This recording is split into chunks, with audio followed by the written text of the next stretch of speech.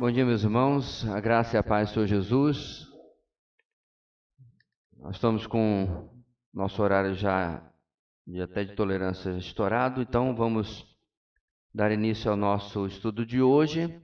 A nossa caminhada no Sermão do Monte está chegando até o final, porque o texto está chegando até o final. Não é nada mais lógico, não tem sentido ir além do capítulo onde ele se encerra.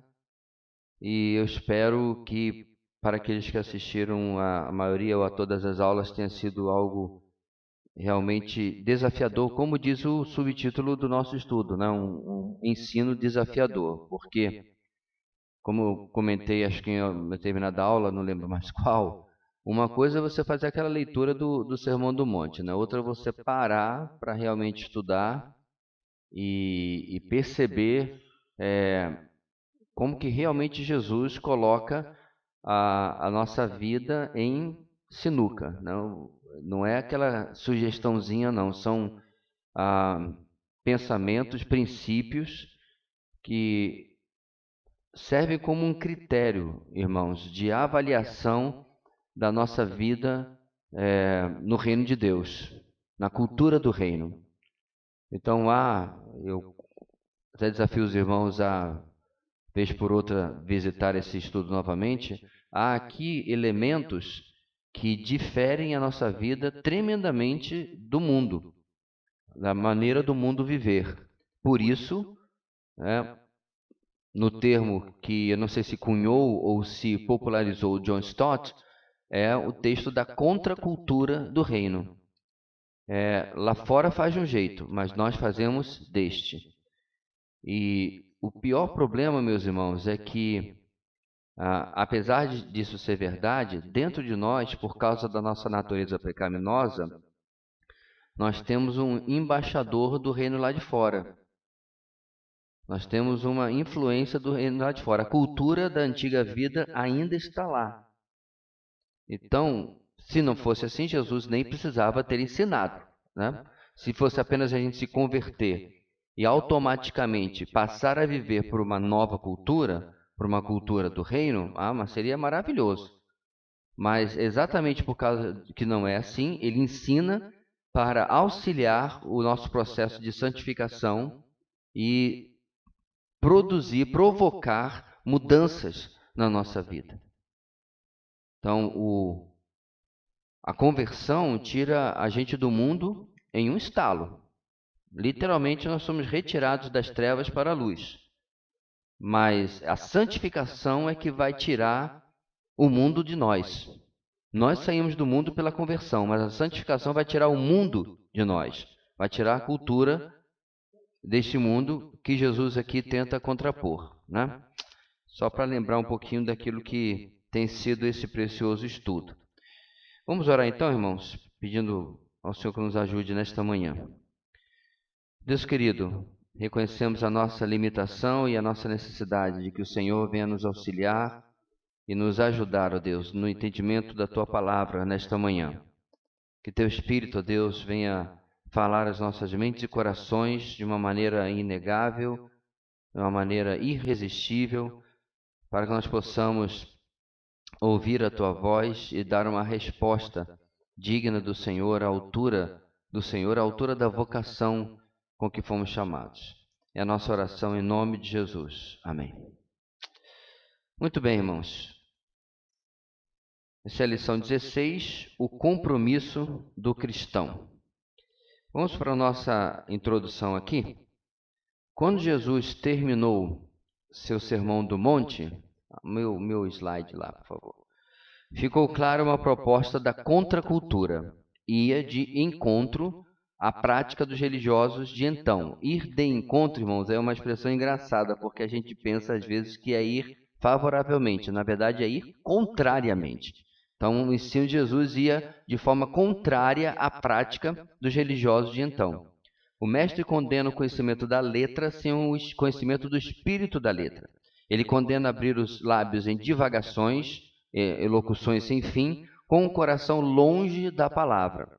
Então, relembrando, irmãos, o que Jesus nos traz nesse texto, e eu mencionei isso muitas e muitas aulas atrás, não é uma correção da lei do Antigo Testamento. Isso seria contraditório porque Paulo mesmo diz que a lei é boa, certo? Cerimonialmente ela não se aplica mais a nós, é verdade, mas ela possui princípios morais, éticos que se aplicam a nós até hoje. Então o problema não é a lei, o problema eram os comentários que durante séculos foram feitos e adicionaram à lei elementos que transformaram-se em um peso para o povo, ao ponto de você ter os metros que você poderia andar no sábado, por exemplo. E uma série também de leis meio espertas que livravam exatamente os fariseus e escribas de fazerem as coisas que os demais seres humanos tinham que fazer. Então, realmente, o judaísmo do primeiro século, irmãos, se você quiser usar essa palavra judaísmo, estava longe do que era a fé judaica, vamos chamar assim, do Antigo Testamento. E é esse judaísmo que Jesus critica, ok? É esse judaísmo que havia se transformado em algo longe, completamente longe da palavra de Deus. Deixa eu dar uma pausa aqui, irmãos, para aproveitar essa lição do passado e dizer que o cristianismo hoje corre sempre o mesmo risco de nós transformarmos a nossa religiosidade na expressão da nossa fé. Transformarmos a prática religiosa, o hábito religioso e aquilo que a gente faz ou deixa de fazer, como entendendo que isso traduz o ser cristão, certo? Então, o que é... Inclusive, isso está no pensamento popular da sociedade. O que é ser cristão? O que é ser crente? Se você perguntar na rua, provavelmente ele vai mencionar o quê? Práticas religiosas. Ele vai começar pelas mais óbvias. O crente não bebe, não fuma. Aí é um problema, porque você vai em determinados países que o crente bebe e fuma. E aí? Já mencionei que há países da Europa que os cristãos bebem vinho tranquilamente e outros bebem cerveja tranquilamente. Porque no Brasil é muito mais uma questão cultural do que realmente nunca foi uma proibição bíblica. Tem cristãos que... Eu conheço um grande pensador cristão que fuma cachimbo. E aí? Então ele não é crente pela avaliação da sociedade brasileira. Mas por quê? Eles estão acostumados a avaliar a gente por coisas externas. E nós facilitamos isso ao longo dos séculos. Nós favorecemos isso. O que me causa preocupação, irmãos, porque quando você vê em Atos a igreja, né, causando dois aspectos na sociedade. Um, temor. Outro, admiração. Temor porque tem o episódio de Ananias e Safira, né? Então começa a se espalhar no meio do povo que, rapaz, esse pessoal aí é complicado. Se tu for lá e tu mentir, tu morre. Se fosse assim, acho que a igreja hoje não tinha nem 10% do que tem. Mas foi um caso específico em que Deus usou aquilo para mostrar a sua firmeza e santidade nos primeiros dias da igreja. Mas isso se espalhou e o povo tinha temor. Mas também tinha admiração, porque o texto de Lucas diz que a igreja caía na graça do povo. Por que caía na graça do povo, irmãos? Por causa das suas grandes catedrais? Nem prédio tinha na época. Mas por quê? Pela sua vida, eles mostravam mudança. Na nossa conferência, o nosso preletor trouxe um fato histórico, que eu acredito que os irmãos não conheciam, mas eu já li em alguns livros, que as crianças eram dispensadas, não tinha aborto na época, não pelo menos com o índice que tem hoje e a facilidade que tem hoje, né? Então, crianças eram dispensadas, jogadas na floresta, os cristãos pegavam. Você acha que a sociedade não via isso? Então, o que eu quero dizer, meus irmãos, é que, assim como o judaísmo no primeiro século ficou reconhecido por práticas farisaicas, práticas exteriores, porque fazia isso, não fazia aquilo e tal, nós, como cristãos, temos que tomar muito cuidado. Se a gente não é identificado de uma outra maneira. Muitos anos atrás, eu estava no meu trabalho, né, que eu fiquei além do ministério durante 2 décadas, e prestando meu serviço e era um lugar relativamente novo ou a funcionária era nova, eu não lembro. Aí ela perguntou assim, o senhor é pastor? Eu falei, sou. O senhor não parece. Eu estava de bermudão, camiseta, trabalhando, para entrar embaixo de mesa, um teia de aranha e tudo. Eu vou o quê? Terno e gravata? Quase que o meu papel dela, mas eu tenho que usar terno e gravata. Eu nem uso aqui, né? Mas para trabalhar. Não, porque primeiro eu fiquei preocupado. Mas por quê? Algum problema? Falei alguma coisa errada? Não, é que o senhor está vestido como uma pessoa normal. Eu falei. Em outras palavras, pastor é uma pessoa anormal. Mas esse é um estereótipo que as pessoas têm. Elas colocam para crente também. Aqui, por exemplo, hoje, não é todo mundo de camiseta manga curta, não tem até uma moça crente aqui. Não tem um crente, porque é um estereótipo que se criou. Agora veja bem, meus irmãos. Quando é que a gente vai fazer a diferença pelo interiótipo? A palavra não existe, não. Não pelo exterior, mas pelo nosso tipo interior. E eu sei que muitos de nós têm, graças a Deus, testemunhos de pessoas que reconheceram a sua ética, a sua moral, a sua postura. Amém. Glória a Deus. Mas é assim que a gente tem que marcar o mundo. E não por fatos ou características externas, né? Jesus leva os ouvintes a um confronto próprio e a um compromisso incondicional da mente, da vontade e da vida com seus ensinamentos. Somos advertidos por Cristo sobre dois perigos a que estamos sujeitos no relacionamento com Ele. Então, como é que nós vamos dividir, irmãos, a lição de hoje? Esse slide aí não está no seu próximo, não está no seu estudo. É só para a gente entender que as últimas duas lições, elas cobrem esse texto aí. Lucas 16, desculpe, lição 16, Mateus 7. 21 a 27, que é de hoje. Bom, pode... O que aconteceu? Para onde é que foi? Tu foste pro final? Esse computador tem vida útil. Oh, vida própria.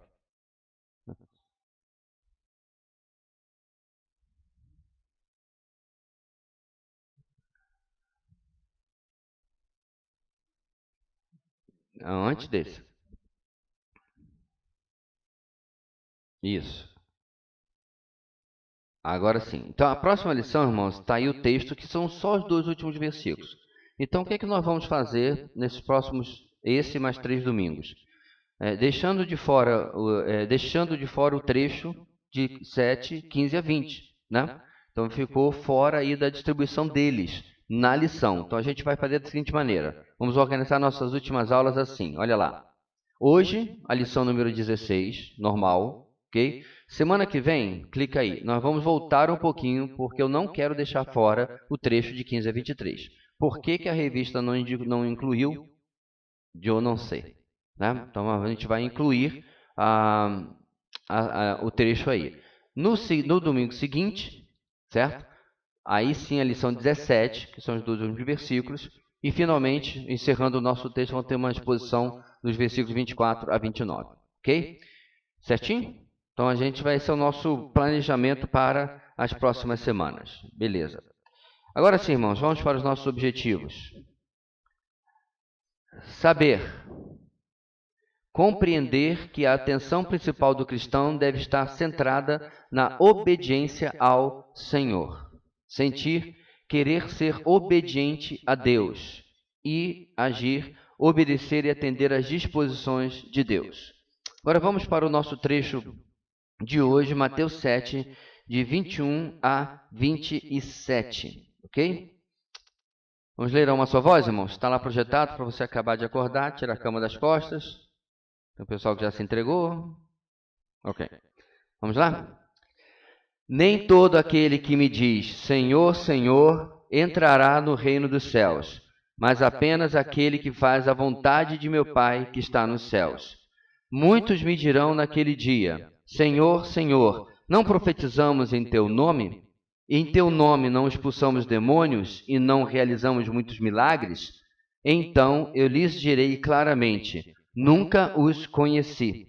Afastem-se de mim, vocês que praticam o mal. Portanto, quem ouve estas minhas palavras e as pratica é como um homem prudente que construiu a sua casa sobre a rocha.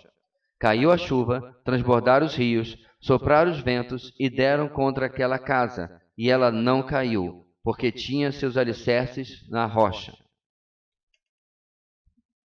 Mas quem ouve estas minhas palavras e não as pratica, é como um insensato que construiu a sua casa sobre a areia. Caiu a chuva, transbordaram os rios, sopraram os ventos e deram contra aquela casa, e ela caiu, e foi grande a sua queda. Em primeiro lugar, meus irmãos, no nosso estudo, nós vamos ver o perigo de nos contentarmos com o que falamos, ou eu diria aquilo que nós somente falamos. Jesus escreve aqui pessoas que confiam para a sua salvação no que elas dizem a Cristo ou a respeito de Cristo. De fato, a Bíblia insiste que para sermos salvos, realmente precisamos confessar verbalmente a Cristo. É o texto famoso de Romanos 10, 9 a 10. Se com seus lábios, com sua boca, se confessar que Jesus é o Senhor, com seu coração crer, você será salvo. É claro, irmãos, que não é apenas dizer Jesus é Senhor, mas dentro do contexto de Romanos, dentro do contexto de um imperador como Nero, em que você tinha que dizer Kairos, ou seja, César é Senhor, você dizer Jesus é Senhor era risco de vida, ok? E não tem como eu tirar da minha mente, vou mencionar hoje inclusive na mensagem, mas nós estamos lendo em casa novamente o livro dos Mártires, de John Foxe. E você fica com as imagens o tempo todo na sua mente. E era complicado, irmãos. Centenas, milhares de pessoas eram mortas numa paulada só porque o imperador queria. E porque eles se negavam a oferecer sacrifício aos ídolos, né? Então, quando você dizia Jesus é Senhor, você estava se colocando em risco de vida real. Não é como hoje que você coloca na fachada de pseudo-igrejas e está tudo ótimo, né? Coloca no carro hoje, o pessoal diz, que bom, pessoa religiosa, né? É bom hoje, é chique, é fashion. Não era no primeiro século. Jesus, nesse texto, descreve uma confissão absolutamente admirável. Primeiro, uma confissão respeitosa, chamando de Senhor como de fato é. E, de novo, meus irmãos, a gente precisa compreender que, mesmo que a palavra Senhor também fosse uma palavra de tratamento, ok? Inclusive, algumas Bíblias em inglês diferenciam, às vezes, a mesma palavra no grego, diferenciam entre Lord e Sir. Lord é como a gente chama Deus mesmo, o Senhor, certo? É da onde vem a palavra nos filmes que você vê de idade medieval, né? Milord, né? Milord significa meu Senhor. Bem, quando você está no dia a dia, quando você vai, por exemplo, falar para um superior no exército, etc., yes, sir. E é a mesma palavra em português. Quando você vai falar com seu pai, se é o costume da sua família, você fala sim, senhor, não é isso? Em português é a mesma palavra, mas como ela tem, em grego é a mesma palavra, mas tem duas aplicações, algumas bíblias em inglês, quando eles têm certeza que está se tratando de um tratamento, vamos chamar assim, divino, usa Lord. Quando acha que é um tratamento apenas de respeito entre pessoas, chamam Sir. Qual é o problema aqui, meus irmãos? O problema é que Jesus está falando que, olha, vocês me chamam Senhor, mas vocês não têm ideia de como eu realmente sou Senhor. Você tem que entender que os discípulos, eles não tinham ainda, meus irmãos, a sua, vamos chamar assim, cristologia compreendida. Gente, literalmente ele tá indo na semana que vai morrer para Jerusalém e os discípulos ainda não entenderam. Pedro ainda está falando para ele, Senhor, que isso não lhe aconteça quando ele prediz a sua morte.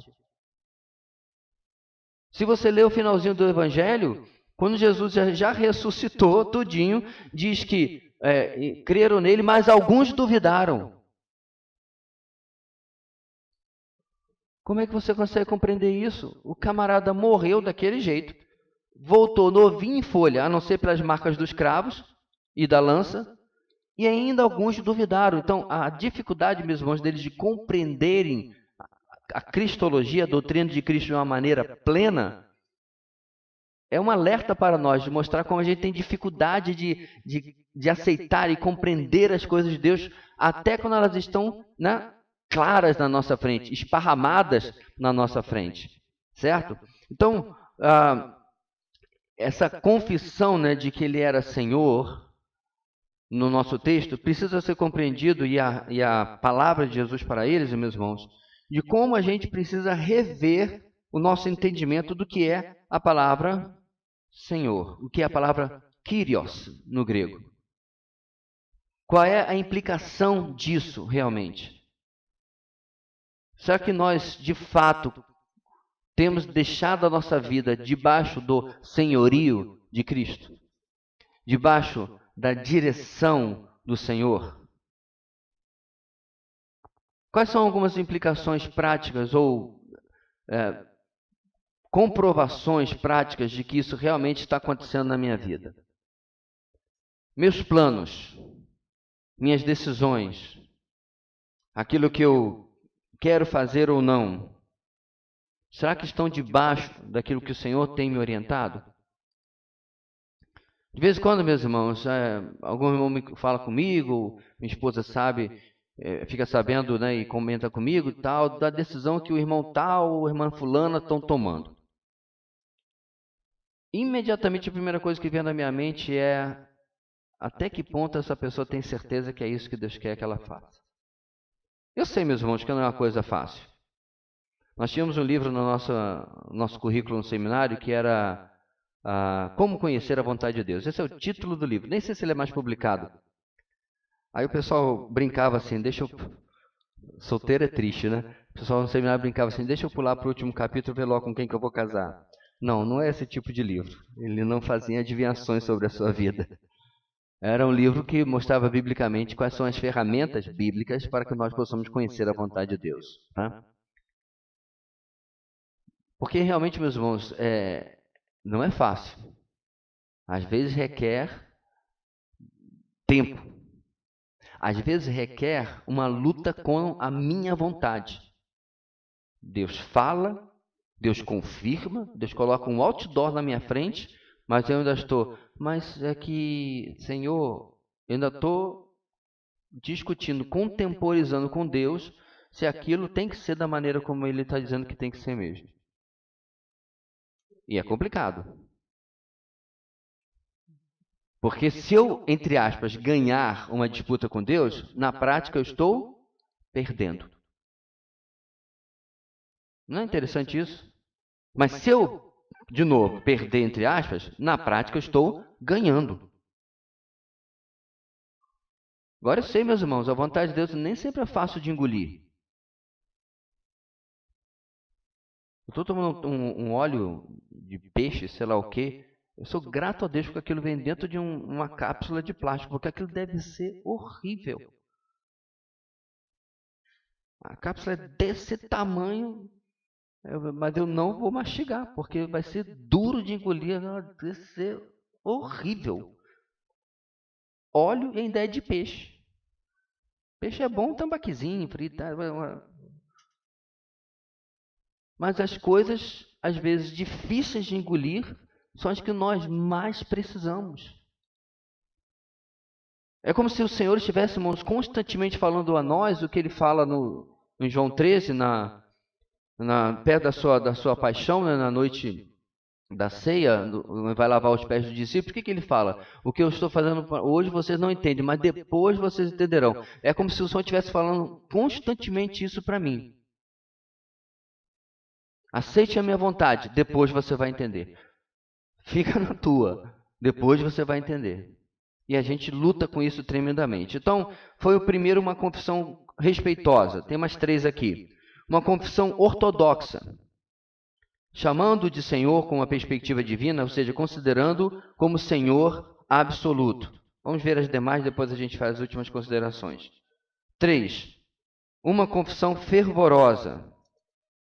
Já no versículo 22 vem Senhor, Senhor, não formal, mas com entusiasmo, zelo e devoção. E uma confissão pública. Profecias, exorcismos e milagres são atividades públicas e não particulares. Então, meus irmãos, eu não vou exceder muito falando sobre o texto em si, porque eu quero deixar isso para a exposição nas próximas semanas. Mas o que é que nós temos aqui? Jesus mostra a eles que uma confissão meramente verbal, ou até mesmo de supostos feitos externos, não o convencem. E aí a gente tem que ir lá no Antigo Testamento, em Isaías, certo? Onde qual era o problema? Inclusive esse texto de Isaías é lembrado, citado por Jesus para os seus dias também. Este povo me honra com os seus lábios, mas o seu coração está longe de mim. E a gente tem que, de novo, irmãos, resistir a essa tentação de olhar para esses exemplos bíblicos, né, do alto do nosso pedestal, dizendo assim, esse pessoal do Antigo Testamento mesmo não era brincadeira, não. Esse pessoal dos dias de Jesus não era brincadeira, não. Enquanto que o Senhor está dizendo assim, o pessoal de hoje não é brincadeira, não.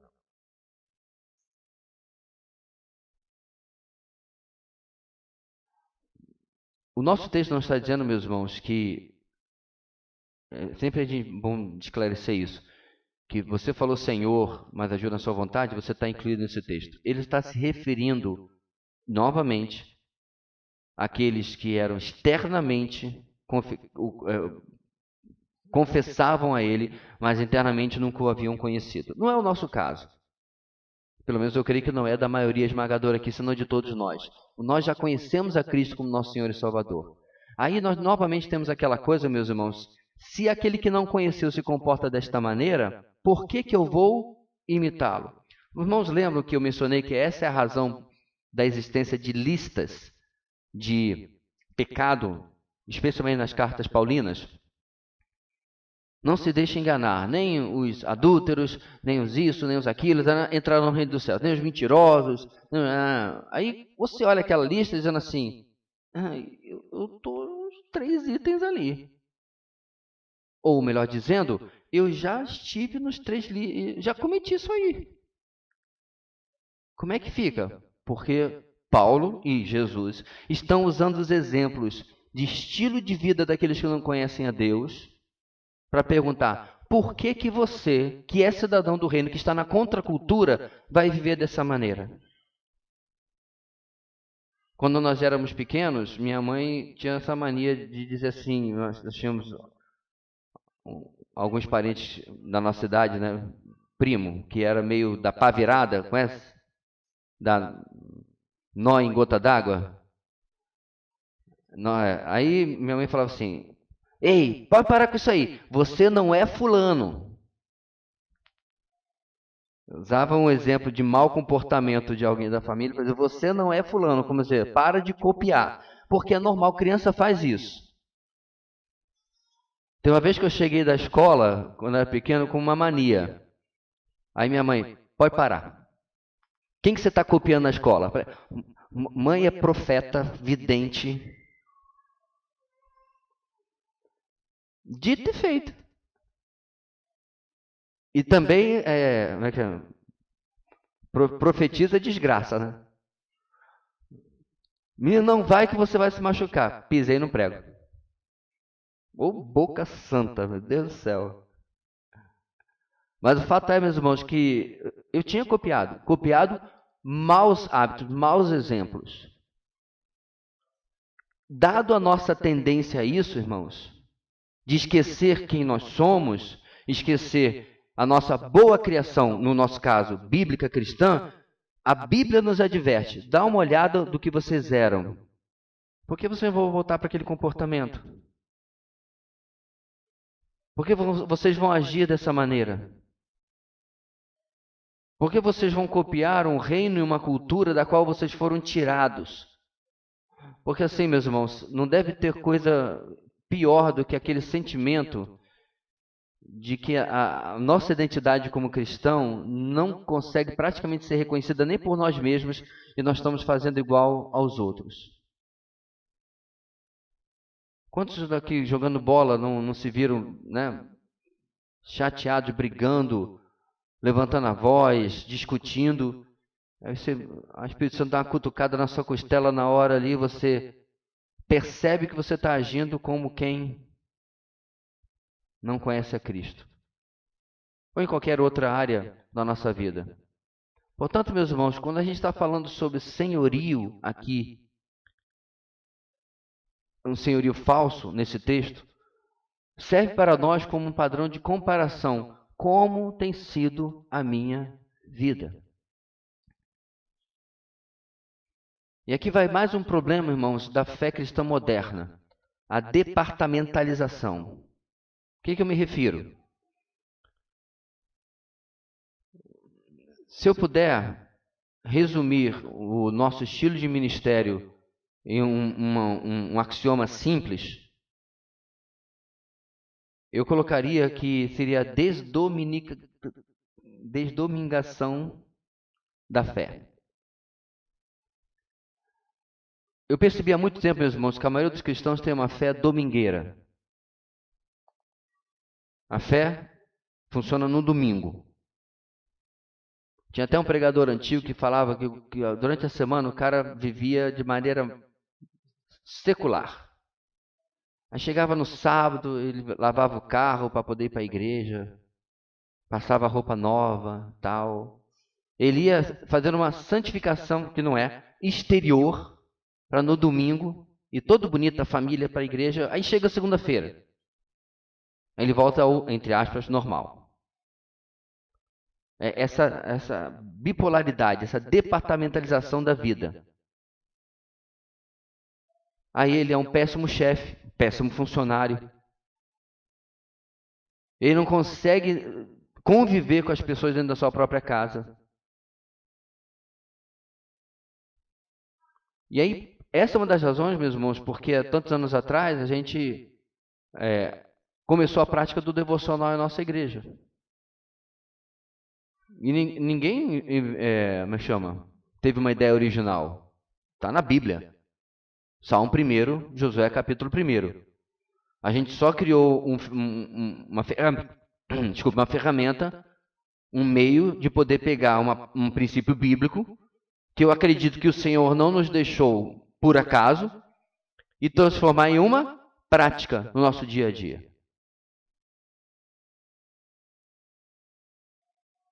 E para vários colegas eu já narrei, meus irmãos, a diferença absurda que isso significou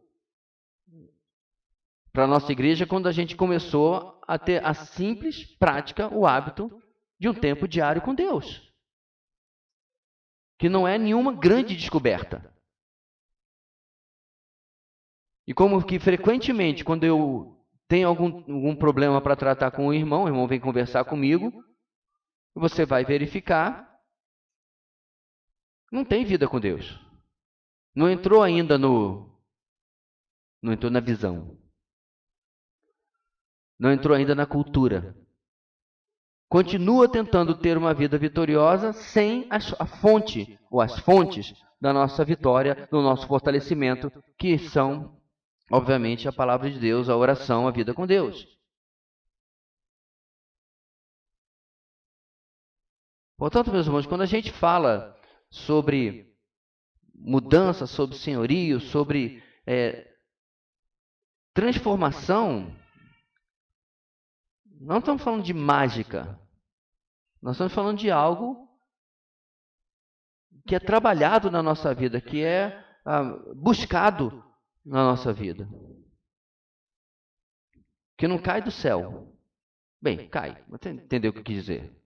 Não cai proverbialmente do céu. Vem dos céus. Vem de Deus para nós através de uma mudança na nossa mente, a mudança na nossa postura, aonde não vamos mais falar Senhor, Senhor, como diz o nosso texto, apenas da boca para fora, mas vai ser algo que vai transformar a nossa vida, transformar o nosso entendimento. Uma breve aplicação aí. Quantos ministérios públicos sobrenaturais envolvendo profecias por aí, gritando bem alto o nome de Jesus? Então ele está se referindo novamente a uma manifestação externa, hoje é mais moderna, né? De coisas que são identificadas como evangélicas e não necessariamente são. E aí nós temos uma breve frase, depois outra aplicação, pode ver na sua lição aí. A razão por que Jesus rejeita tal profissão de fé é ela ser apenas verbal e não moral, de lábios e não de vida. E a nossa aplicação: quantos testemunhos de pessoas insubmissas ao senhorio e à vontade de Deus. Jesus deseja evidências da nossa sinceridade em obras de obediência. Então, irmãos, em resumo daquilo que nós falamos, o que eu preciso fazer na mensagem de hoje, na lição de hoje? Olhar para a minha vida, olhar para o meu compromisso, é o título da nossa lição, está lá em cima, e perguntar se eu de fato tenho seguido aquilo que eu tenho aprendido. Essa semana eu vi novamente aquele vídeo de um senhor, né, simples, não tinha nem os dentes da frente, analfabeto, dizendo que ele queria aprender a ler para ler a Bíblia. E aí eu fico pensando, meus irmãos, com tudo aquilo que nós temos, obviamente não somos analfabetos, o recurso que nós temos, o que realmente me falta? O que nos falta? É dar ao nosso Deus a resposta daquilo que Ele tem colocado em Sua palavra. É dar ao nosso Deus o retorno do investimento que Ele tem colocado sobre a nossa vida. E, de novo, isso vai se traduzir na sua casa, no seu trabalho, em todo lugar que você convive. Já contei para vocês aquela ocasião em que eu fui em um órgão público aqui, encontrei uma irmã, era supervisora, não lembro agora de qual igreja que ela congregava, e ela me viu cumprimentando uma outra pessoa que passou. E aí ela falou assim: pastor, o senhor conhece a fulana? Eu falei: conheço. Mas o senhor tem uma intimidade, uma proximidade com ela? Eu falei: até que sim. Olha, eu já tentei. De repente o senhor, como pastor, e próximo a ela, eu deve falar, ela não é bem vista aqui no trabalho. Ela não é uma pessoa bem vista. Ela não é benquista. Muito pelo contrário, as pessoas têm torcido para ela ser transferida para outro setor. Então, a pessoa, meus irmãos, você ser uma unanimidade negativa no seu ambiente de trabalho? E o pior é que tem crente que passa por essa situação e diz assim: quero que vocês orem, porque eu tenho sofrido perseguição. Não. Você é insuportável mesmo.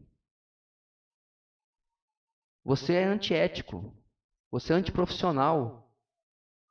Você é um mau exemplo. Então não tem perseguição. As pessoas não gostam de você. Não é porque você é crente. E aí a coisa complica. Como tal pessoa vai sequer conseguir dar um testemunho de Cristo em lugar onde ela não glorifica Cristo? Alguns dias atrás eu coloquei, acho que foi no boletim, né, sobre aquela frase: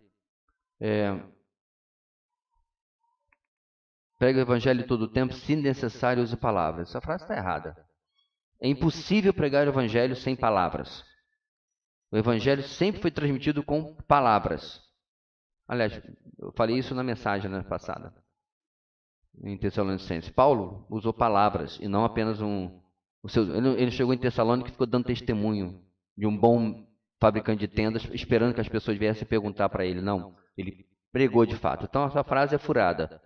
Contudo, se eu não der um bom testemunho, não adianta abrir a boca. Uma coisa ajuda a outra, ela não resolve no lugar da outra, mas ajuda a abrir o coração das pessoas para aquilo que a gente tem a falar. Porque realmente o testemunho fala muito. Ponto 2, irmãos, da nossa lição aqui. O perigo de nos contentarmos com o que sabemos.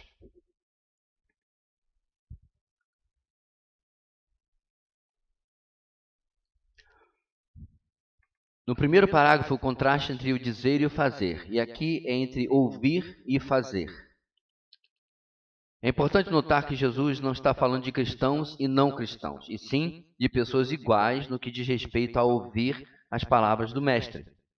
Os dois são colocados por Jesus, de um lado, o que ouve e pratica, e do outro, o que não pratica, apesar de ouvir. Os dois são membros da comunidade cristã visível. Leem a Bíblia, vão à igreja, ouvem sermões, compram literatura cristã. A única diferença está nos alicerces que não podem ser vistos. Apenas uma tempestade revelará a verdade. Então veja bem, meus irmãos. É claro que o Sermão do Monte é um pouco complicado porque você tem uma multidão híbrida, né? Uma multidão heterodoxa, uma multidão misturada. Você tem pessoas ali que são discípulos verdadeiros e uma boa parte que não. Isso fica comprovado dentre as multidões em João capítulo 6. Lembra? Eles cruzam o mar da Galileia atrás de Jesus, depois da multiplicação dos pães e peixes. E aí Jesus é muito claro com eles: vocês vieram porque vocês comeram dos pães e dos peixes. E aí Jesus fala que eles tinham que comer da sua carne e beber do seu sangue. Aí eles se escandalizam. E nesse contexto que alguns vão embora, Jesus vira para os seus discípulos e diz assim: vocês querem também porta da rua, serventia da casa. E aí Pedro fala aquela frase maravilhosa que você conhece: Senhor, a quem iremos nós? Tu tens as palavras de vida eterna. Então, meus irmãos, pega tudo isso e entenda que aquilo que Jesus está falando aqui é bem amplo, porque serve para alguém que nem tem condição de ter o alicerce, porque nunca conheceu a Cristo, certo? Pode estar na igreja, pode frequentar a igreja, pode gostar do pessoal da igreja, pode gostar da mensagem, mas se você não nasceu de novo, se você não se arrependeu e confessou os seus pecados, crendo em Cristo como Senhor e Salvador, você nem começou, você nem limpou o terreno para construir qualquer coisa. Disse de um pregador que pregava constantemente sobre o tema nascer de novo, João capítulo 3. E alguém perguntou para ele: Senhor, pastor, por que o senhor prega só sobre nascer de novo? Porque na verdade ele pregava: importa nascer de novo. Por que o senhor prega tanto sobre que importa nascer de novo? Ele olhou para aquela pessoa: irmão, é porque importa nascer de novo. Porque se você começa, meus irmãos, supostamente a vida cristã, tentando pelo telhado, estou na igreja, você começou pelo lado errado. Claro, você não precisava falar isso no primeiro século, porque ninguém ia à igreja para... Deixa eu ver como é que está esse negócio de cristão aqui. De novo, era sentença de morte, provavelmente. Hoje, como é fashion, você ser crente, está na moda, né? Aliás, é só celebridade se batizar que todo mundo coloca na rede social. O João Pedreiro se batiza, ninguém coloca na rede social. Interessante, né? Que diferença faz se o ator da Globo se batizou e deixou de se batizar? Se o jogador do time tal se batizou, sei lá o quê. Então não sabe de nada, não sabe se acaba se convertendo, não sabe se você foi ensinar direito, não sabe nada. Mas esse culto à celebridade no mundo moderno chega a ser chato. De novo, aí o João Pedreiro, o cara se converteu de verdade, né? Ele batia na mulher, chutava o cachorro, agora ele é convertido, ele trata bem a família, ele, né, agora vivia bêbado, agora é o cara convertido. O batismo dele ninguém publica. Pra quê, né? Enfim. Então, meus irmãos, a conversão inicia tudo. E nessa multidão você tinha pessoas que estavam de fato se convertendo, outras que não. Qual é a diferença principal? O alicerce. O baldrame. Que é a vida que inicia-se com Cristo na conversão. Ok? Agora, seguindo o que Jesus vai dizer aqui, eu não vou me adiantar muito, porque eu quero deixar isso mais para a exposição. Você tem uma noção muito simples. Se você vai construir um lugar, por exemplo, na praia, e aqui um engenheiro que não vai deixar mentir, você vai ter que cavar até encontrar o leito de rocha. Estou errado? Você vai ter que cavar na areia até encontrar terra firme, leito de rocha. Se você colocar ali, você pode até, né, cavar 1 metro, 2 metros de areia, botar ali o baldrame, não vai prestar. Eventualmente vai dar ruim. Porque a areia não serve para você colocar nada em cima.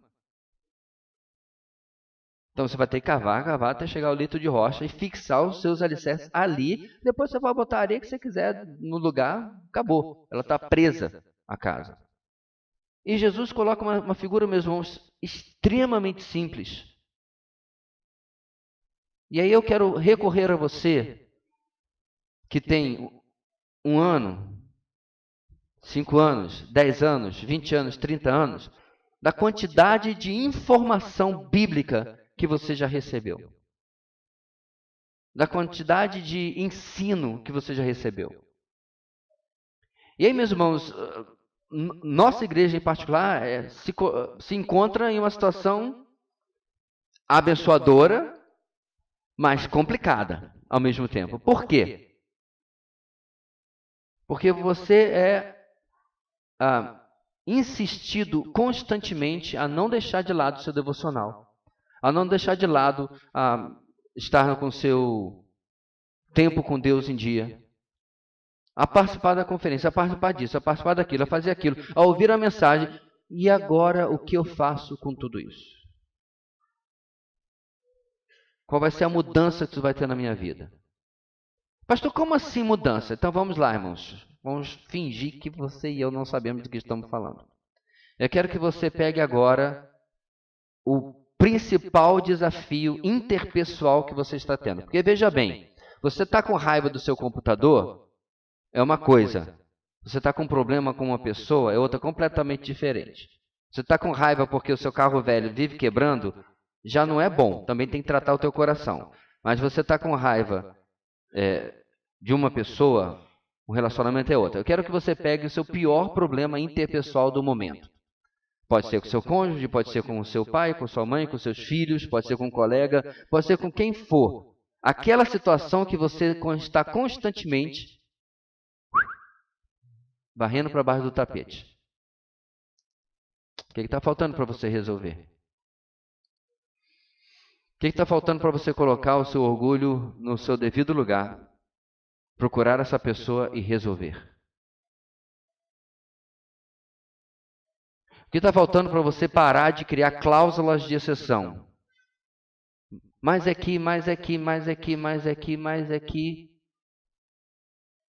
E aí você justifica por que você não está fazendo aquilo que você deveria fazer. Irmãos, eu estou dando um exemplo de algo que a palavra de Deus nos fala claramente que não pode haver entre nós. Que eu tenho que resolver.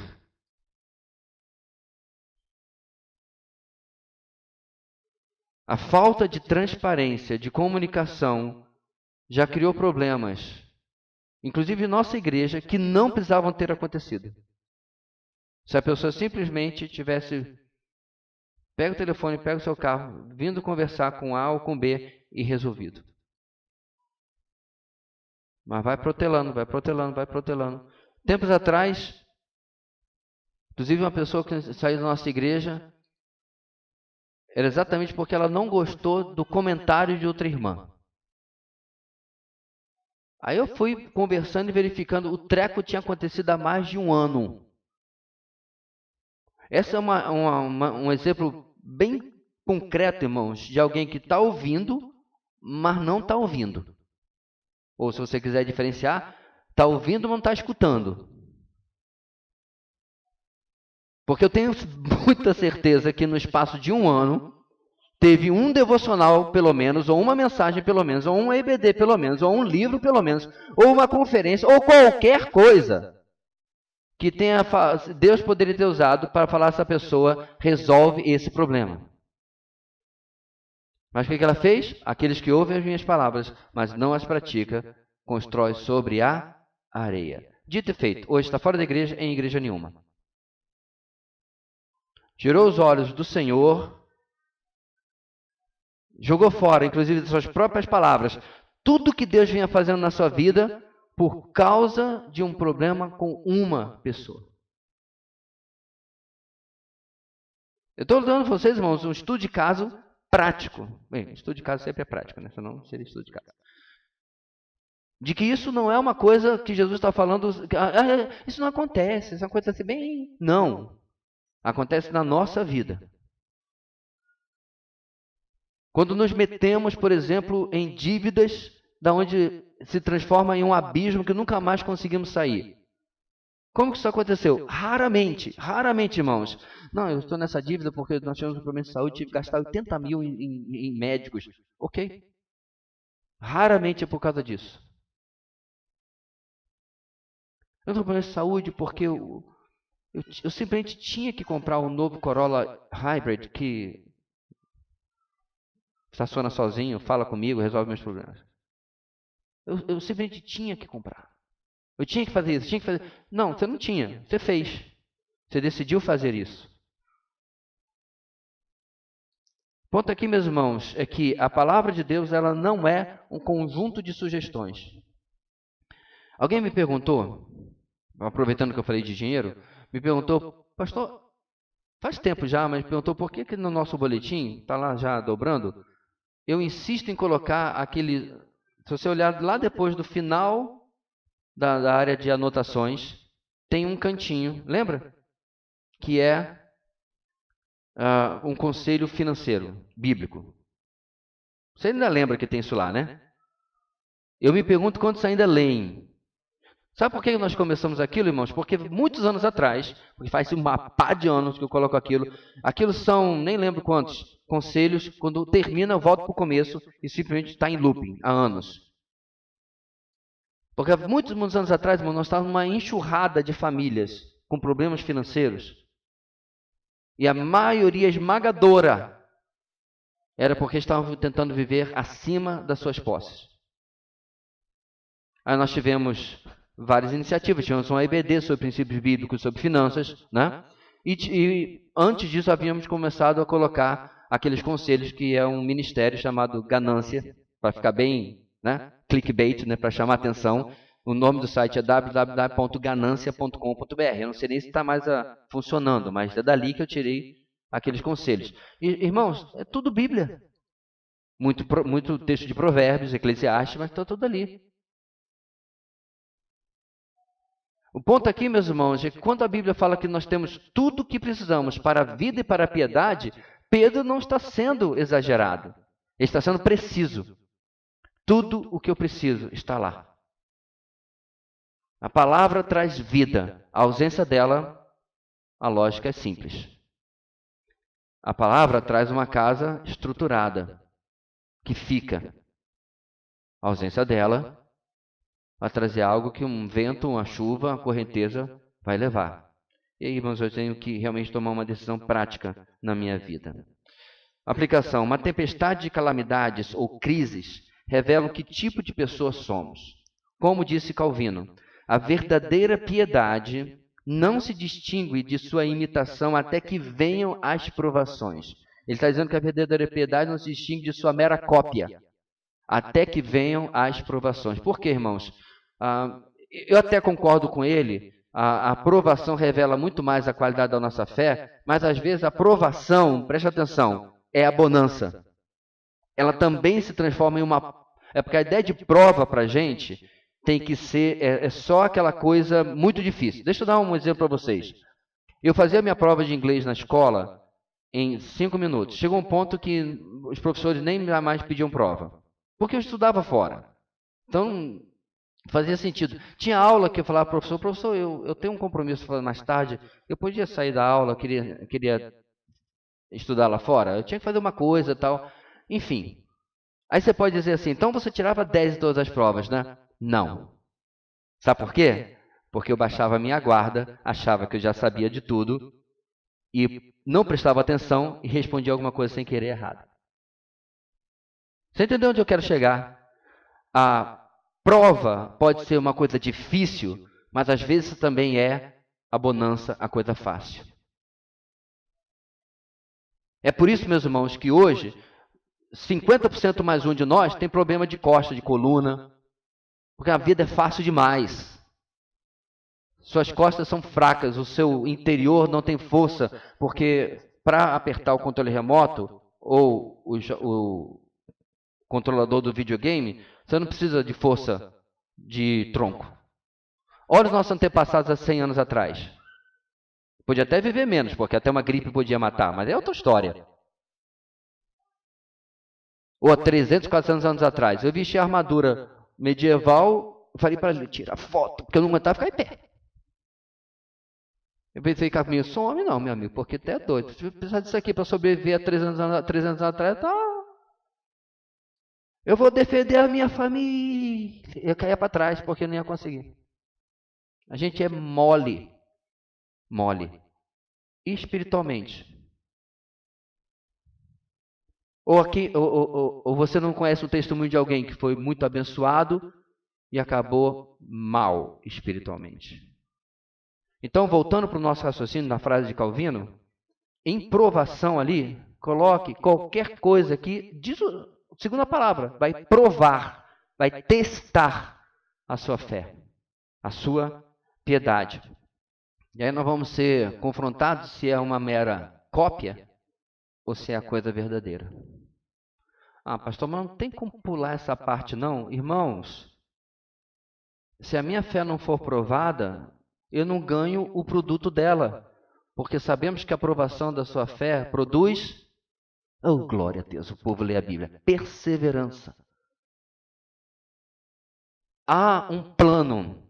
Deus não está fazendo as coisas assim meio no aleatório, não. Há um plano de constituir firmeza na nossa vida, perseverança na nossa vida.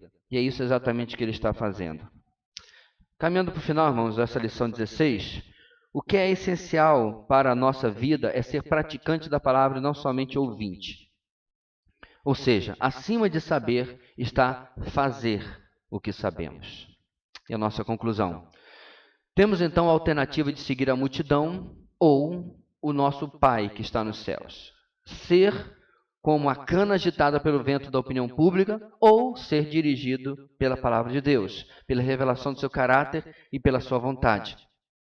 Mais importante do que a escolha de uma carreira profissional ou de um companheiro para a vida, que são inclusive decisões muito importantes, é a escolha da própria vida, ou seja, da vida com Deus. Irmãos, essa semana eu vi alguns irmãos comentando, decepcionados, tremendamente decepcionados com algumas posturas a respeito da menina e a sua gravidez nessa semana. 10 anos de idade. Depois descobriram que o, entre aspas, estuprador era nada mais nada menos que o namoradinho de 13 anos de idade. 13 anos de idade. E ela tinha 10. Eu não quero nem entrar aqui no problema moral que atinge nossas famílias hoje em dia.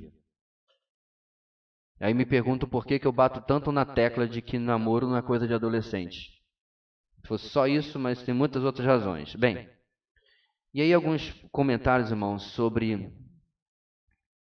cristãos se posicionando de maneira ambígua sobre algo que deveria ser tão simples. Tão simples. Não se matam vidas inocentes. Acabou. Em uma sociedade que está fazendo protesto e abaixo-assinado para proteger uma égua que está prenha de passar pela eutanásia. Mas não protege a vida de um bebê que era já viável. Essa semana, um pastor amigo meu, a esposa dele, é claro, deu à luz um bebê, está na incubadora, está melhorando, da mesma idade do bebê que foi assassinado. E aí os posts falavam sobre o escândalo que eles estavam se sentindo com cristãos, que é claro, não são pró-aborto, mas sempre tem as cláusulas de exceção, as contemporizações do porquê assim, porquê essa. Como é que nós chegamos até aí, meus irmãos? É essa casa sem alicerce. É essa geração cristã que desconhece a única coisa que nós devíamos conhecer, que é a palavra de Deus. Perceba que não existe vácuo de ideias. Não existe vácuo de ideias. Você entende o que eu quero dizer? Não existe vazio de ideias. A ausência de uma ideia ou o abandono de uma ideia será substituído por outra.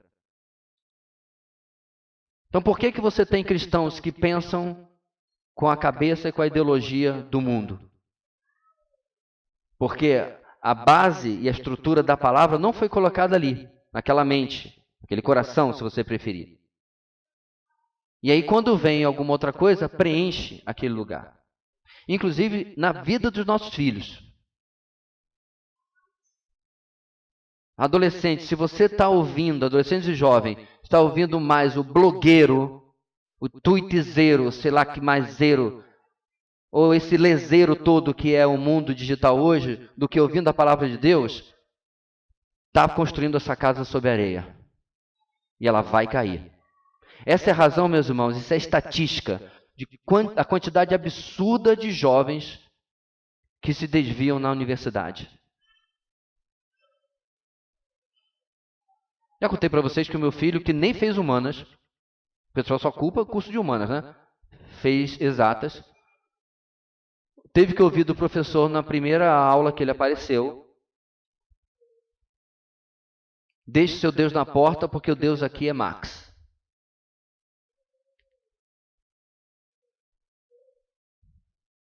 Antes do ensino médio, ele teve que aturar durante 1 hora uma professora de história falando mal do cristianismo. Para que aula? 1 hora falando mal do cristianismo. Esses dias eu coloquei no grupo dos casais, irmãos, um memezinho, né, uma figura, em que a mãe pergunta assim: filho, o que você aprendeu hoje na escola? Aí a criança vai na frente dela e começa a vomitar. Aí sai arco-íris, sai símbolo ideológico, sai não sei o quê. Porque é isso que nossos filhos estão sendo ensinados hoje, infelizmente. Meu ponto aqui, meus irmãos, é que eles podem até tentar, mas se a base da Escritura estiver lá, não há vácuo, não há vazio de ideias. Ele pode até substituir um pelo outro, mas se já há algo lá, é mais difícil que outra coisa entre. A mesma coisa se aplica à nossa vida. Neste mesmo lugar aqui, em um encerramento do curso de mulheres, as irmãs que estavam presentes lembram disso. Já pelo menos 1 ou 2 ocasiões, irmãs falaram: eu era feminista e não sabia. A ideologia, meus irmãos, o pensamento, a filosofia secular é uma coisa asquerosamente sutil. Asquerosamente sutil. Não é amplo, não é declarado, não é explícito. Você pode usar o termo que usa para Satanás em Gênesis capítulo 3. A serpente era a mais astuta das criaturas. É assim. Vai devagar. Essa semana, os irmãos devem ter visto, Roe versus Wade, eu comentei sexta-feira na reunião de oração. Foi overturned, foi... Desfizeram. Não é mais direito constitucional o aborto nos Estados Unidos. Continua se abortando, mas não por direito constitucional. Os estados não são obrigados a aprovar, porque agora não é mais direito constitucional, ok? Isso é uma lei de 49 anos atrás. 700 abortos em média por ano. Faz as contas. Fez? Quanto dá? Quase 35 milhões de vidas. Pastor, o senhor fez a conta certa? Fiz. 700 mil por ano, 50 anos quase. 5 vezes 7, 35 ainda, né? Quase 3.500 milhões, 3 milhões de pessoas. É muita gente. É muita gente. E é revertido isso. Você tinha que ver, meus irmãos, inclusive o presidente daquele país. As palavras são bonitas. Retrocesso. Quem quer retrocesso? A gente quer progresso, né? Para frente é que se anda. Então, isso é um retrocesso. Isso é uma violência contra a mulher. Quem vai ser contra você acabar com a violência contra a mulher? As palavras são sempre sutis. São bem colocadas. São a remoção de direitos. Você viu essas frases, meus irmãos? Quem, em sã consciência, vai ser a favor da remoção de direitos? Então, eles colocam as palavras certas, porque eu falei, ideologia é uma coisa sutil, perniciosa, astuta. E se nós não tivermos, irmãos, a firmeza da palavra de Deus, encontra o seu lugar nas nossas mentes e corações também.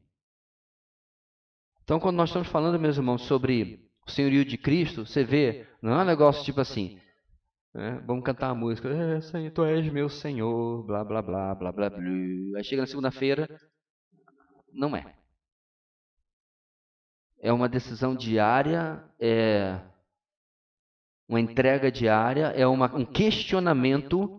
Questionamento do quê, pastor? De si mesmo, das suas decisões, dos seus pensamentos.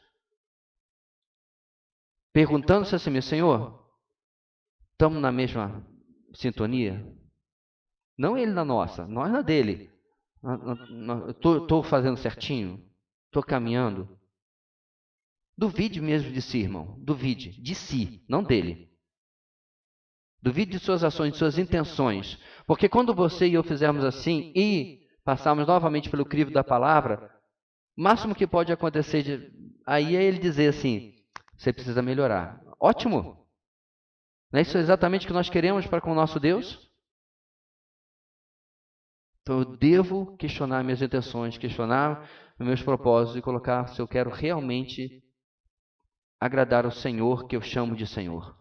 Eu não quero que sejam só palavras proferidas da boca para fora. Porque, irmãos, eu sei que provavelmente você também não quer que a palavra que Jesus disse a respeito de Isaías se aplique a mim e a você. Esse povo me honra com os lábios, mas seu coração está longe de mim. Vamos orar. Deus querido, nós somos gratos pela tua palavra, pelo alerta, ó Deus, de um texto tão simples, mas tão profundo para nós.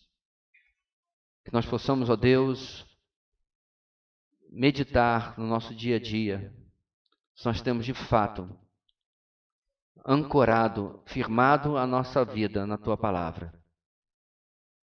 Em um mundo de verdades variáveis, em um mundo de verdades líquidas, de subjetivismo, a tua palavra é a única fonte objetiva de verdade. Ligada ao Senhor, ligado àquele que é a verdade, ela pode nos orientar, nos dirigir a cada dia. Que teu Espírito, ó Deus, possa nos abençoar para que assim possamos conseguir olhar a tua palavra e extrair dali o ensinamento, o aprendizado que nós precisamos. Abençoa, Deus, o nosso dia e a noite para ouvirmos a tua palavra, que possa nos trazer. E a nossa oração em o nome de Jesus. Amém.